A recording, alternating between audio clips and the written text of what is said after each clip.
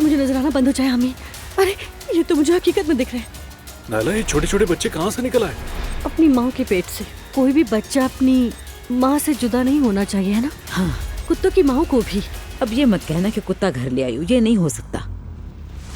तुमने मेरे पीछे भी तो आदमी लगवाया था ना, तो अब मैं भी तुम पर नजर रखूंगी। ये तो अच्छा करोगी तुम मेरी जान। गारत ग्रेस कब्जा महफे को फौरन होटल के सामने आ के।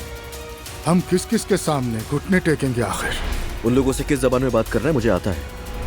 कह रहा था कि पूरा इलाका उसके हाथ में है। कुछ काम नौजवानों पर छोड़ देने चाहिए। अगर थोड़ा वजन कम कर ले तो और जवान लगेंगे। बस 1-2 किलो ही बढ़ा हुआ है।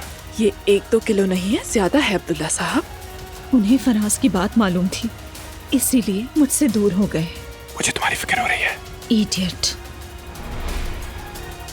नहीं भाई, मैंने किसी से शेयर ना किया तो पागल हो जाऊंगी। हेलो जान, कैसी हो तुम? ज़ैनब, तुम्हारी आवाज कुछ ठीक नहीं लग रही, कोई बात है क्या?